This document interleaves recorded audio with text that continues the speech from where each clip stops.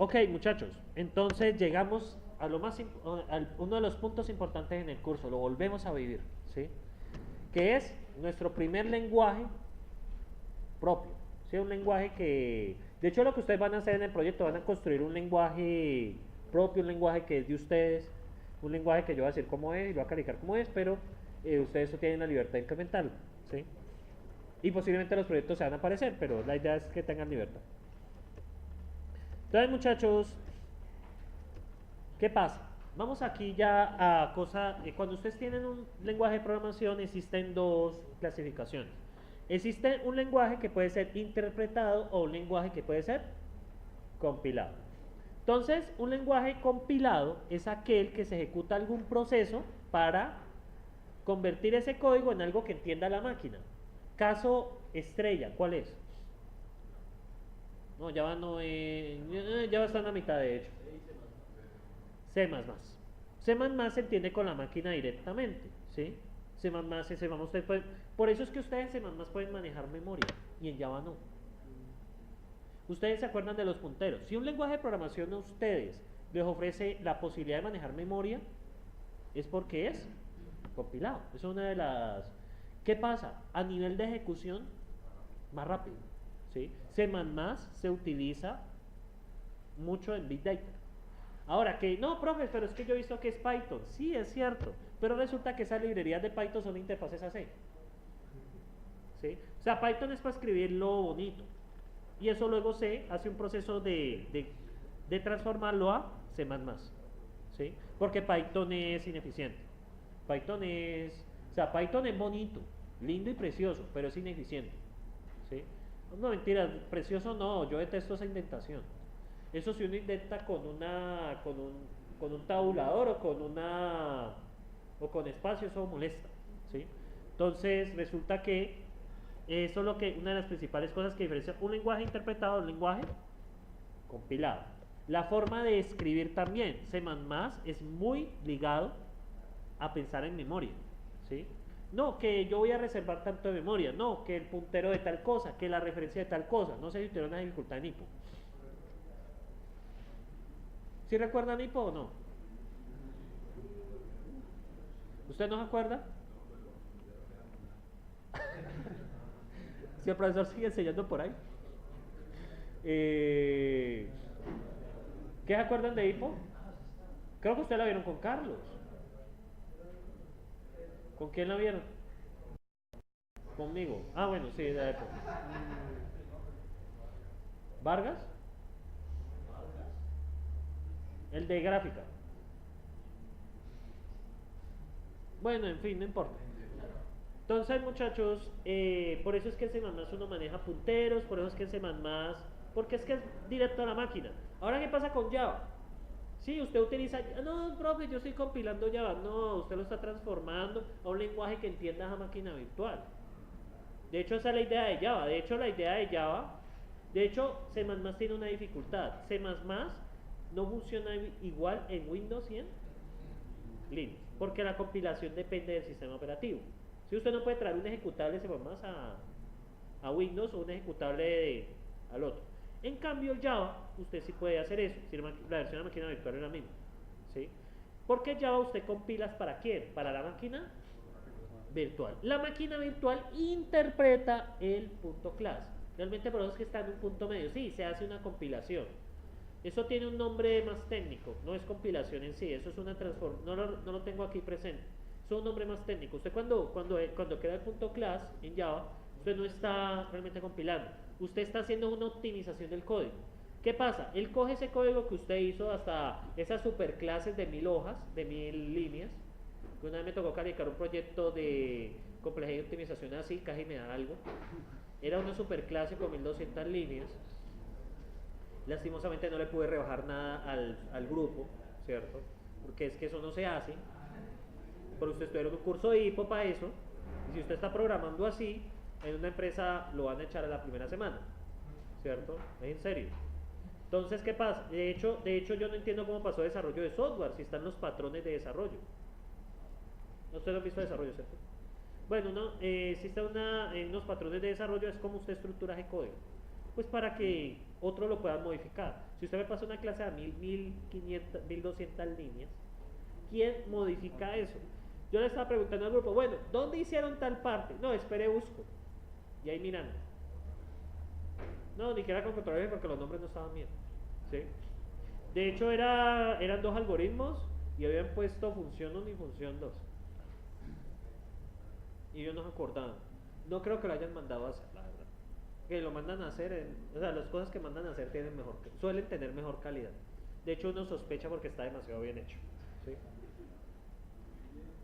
Ahí les comento. Ahora, no le vayan a decir a la persona, no, es que el profesor Carlos dijo que lo hicieras mal.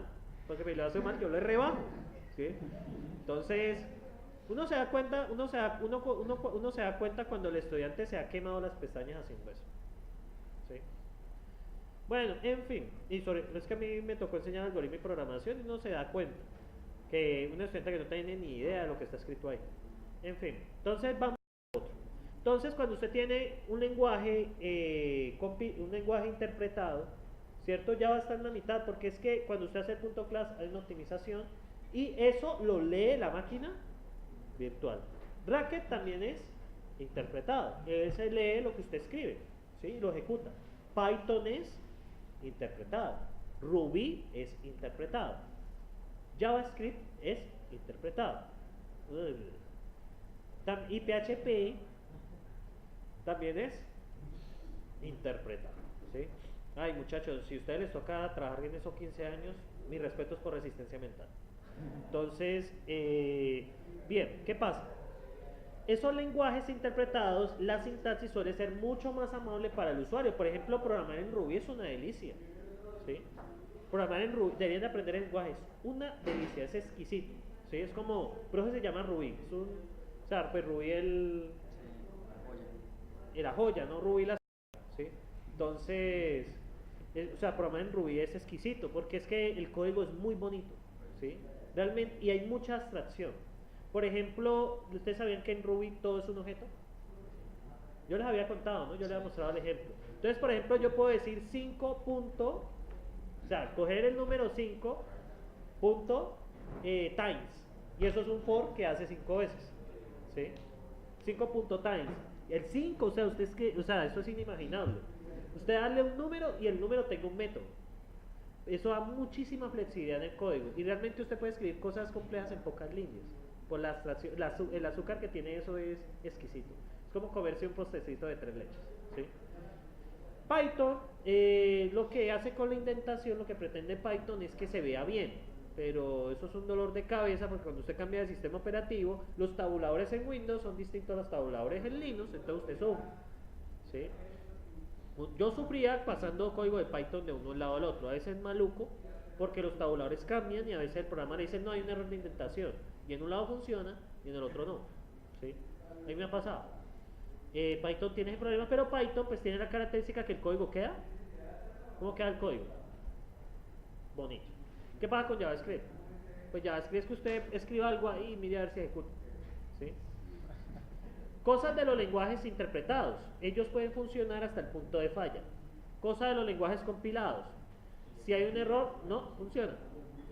No compile y ya. O sea, en C++, usted por allá creó un entero y le intentó asignar una cadena de texto. Eso no se puede hacer.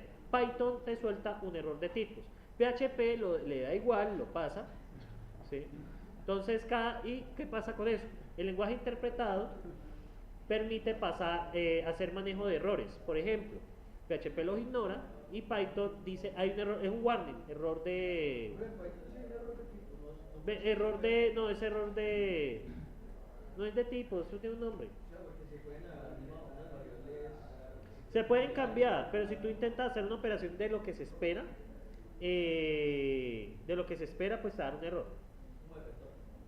Sí, algo así, pero es un error, pues, o sea, al menos te dice. ¿Qué pasó? No. PHP lo que hace es, usted por ejemplo, yo les mostré, intento sumar una cadena de texto con un número, ni siquiera me advierte. ¿Sí? Ni siquiera me dice, vea, usted hizo esa brutalidad, haga algo, no quiero fallar, no, esa cosa lo hace. Eso es como la persona que usted le dice, era la persona que no tiene, que no piensa, que usted le dice tal cosa y lo hace, ¿sí? sin pensar. Por lo menos Python le dice, vea, es que eso es ilegal, ¿no? Yo lo hago, pero mira que es ilegal. Y C++ te dice, hey, mira que eso es ilegal. Java tiene esa ventaja. A pesar de que en el fondo es interpretado, tiene esa ventaja de la compilación. Si fue a fallar, no. O sea, si hay algo mal escrito, ¿qué pasa? Falla la conversión a class. Es que no me acuerdo del nombre, eso tiene un nombre. Bien, muchachos. ¿Qué pasa? Cuando usted compila un programa, ¿cierto? O lo va a interpretar, usted tiene su código. Ese código, ¿cierto? Se hace un proceso de tokenización, es decir, sacar los caracteres importantes, cosas como los comentarios que deberían de hacerse. ¿Los comentarios sirven de algo? Para el programa. Para nada, eso hay que ignorarlo. ¿Los espacios sirven para algo? Para nada. De hecho, hay un lenguaje de programación que es basado en espacios. No, yo no programar ahí. Hay un lenguaje de programación que es basado en espacio. Por ejemplo, yo cosas que necesito, los tipos de variables, los nombres, los valores, ¿sí? Ese tipo de cosas yo necesito recoger. ¿Para qué? Con eso yo construyo un árbol de sintaxis abstracta. Y el árbol de sintaxis abstracta es lo que es interpretado. Así funcionan los lenguajes interpretados.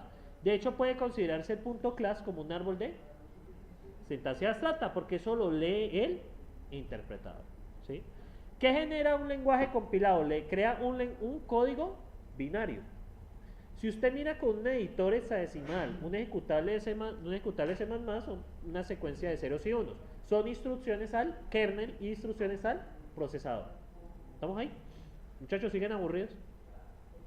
Bueno. Y aquí viene Entonces, usted mete su código fuente, hay un frontend. Después del frontend se genera el árbol de sintaxis abstracta y finalmente es interpretado. Así funcionan todos los lenguajes interpretados, ¿sí? De hecho, la gran mayoría es interpretado, ¿sí? Bueno, ahora bien, un interpretador es un programa que toma un árbol de sintaxis abstracta y lo convierte en una respuesta. Un interpretador está escrito en algún lenguaje, suele ser un lenguaje compilado. Este lenguaje es llamado lenguaje de implementación o lenguaje de definición. El de Python es claramente C++, ¿sí? Bien. Bueno, los programas interpretados, ¿qué? Lo que había hablado yo. Pues son más lentos. ¿Por qué? Porque haga de cuenta que usted está enviándole cartas a alguien que a usted le gusta. Cuando es compilado, usted le envía la carta directamente. Pero cuando es interpretado, usted le pasa esa carta a la otra persona, esa otra persona la transcribe y se la manda. Pues yo no sé, pues ese es el ejemplo que se me ocurrió. Yo no sé si eso se puede hacer, ¿no? En la vida real no es. Si hay gente que lo hace. Usted le manda un pool de ideas y la otra persona sabe cómo escribir un poema. Si usted le da un conjunto de palabras, por ejemplo, lagartija, yo no qué sé, queso, leche, bueno, etcétera, etcétera, y lo convierte en un poema, ¿sí? ¿Cómo? Estos muchachos muy degenerados. Bueno. Bueno, muchachos, y este es el caso de él. Este es más como Java. Miren lo que pasa. El código fuente, hay un frontend que lo transforma en un árbol de sintaxis abstracta y pasa por el compilador, el cual finalmente es analizado. Hay un analizador y un traductor. ¿Qué hace el analizador? Revisa el código, que esté bien escrito, que sea la sintaxis sea correcta y la semántica también. ¿Qué es la semántica? Pues algo puede estar bien escrito, pero en la ejecución no tiene sentido. Por ejemplo, tú terminas haciendo operaciones con strings. Puede ser que sea legal en la sintaxis, pero no ser legal en la semántica, en el significado. En esa parte, ¿cuál es el que hace el de la gramática, por así decirlo? Muy buena pregunta. El analizado. Lo que pasa es que la verificación gramatical se hace ya extrayendo los tokens. Digamos, se ignoran comentarios, se ignoran todas esas cosas. Entonces se hace el análisis de que el programador escribió bien eso. Y después pasa un análisis donde se verifica que eso se va a ejecutar. Porque uno no puede entrar a ejecutar sin que se haya hecho el análisis, porque ya pueden saltar errores. ¿Qué pasa con un error no controlado? en computador. Eso se ve poco en Arque. ¿Qué pasa? En ensamblador uno puede tener errores no controlados. Por ejemplo, como eso trabaja con binarios, uno podría tratar de sumar un binario que representa un string con un binario que representa un número y te lo hace. Pero eso a nivel de lógica no tiene sentido. Lo que pasa es que el procesador no controla errores. ¿Cómo? No hay semántica porque esos son ceros y unos. Es pura sintaxis. Es que la semántica no es sintaxis, sino datos. O sea, el procesador son datos puros, ceros y unos. La semántica es qué significan esos datos para nosotros.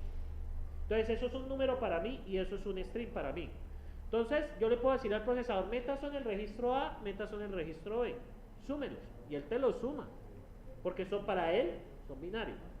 Pero cuando yo voy a sacar información realmente, ¿qué es para mí? ¿Sí? Un dato. ¿Qué interpretación le doy? Pues de acuerdo a la semántica que yo tengo. ¿Sí? La sintaxis es como tú lo escribes, que esté correctamente escrito, y la semántica es que el código que tú escribes pues tenga un sentido. Exactamente. Y eso es lo que hacen los compiladores. De hecho, en los años 90 había un curso que se llamaba compiladores.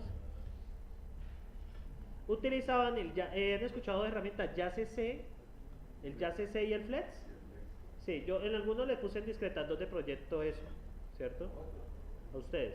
Eso es lo que el Flex, uno hace el análisis sintáctico y el otro hace el análisis semántico. Ay, qué belleza, ¿no? No, muchachos, yo no soy político, ¿cierto? Yo no les voy a tratar de implantar ninguna ideología, pero una vaina que sí les quiero implantar es que usen Linux. ¿Y Debian? Uy, Debian es un amor. Uf, muchachos, Debian, aquí lo tengo, eso es una belleza, eso es una lindura, ¿sí?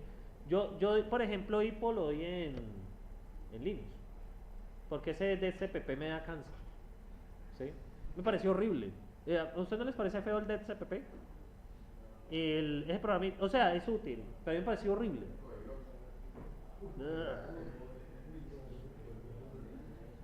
O sea, yo la verdad soy un poco anti-IDEs, pero hay que entender que en el desarrollo se utilizan los IDEs, sino que los IDEs hay que utilizarlos inteligentemente.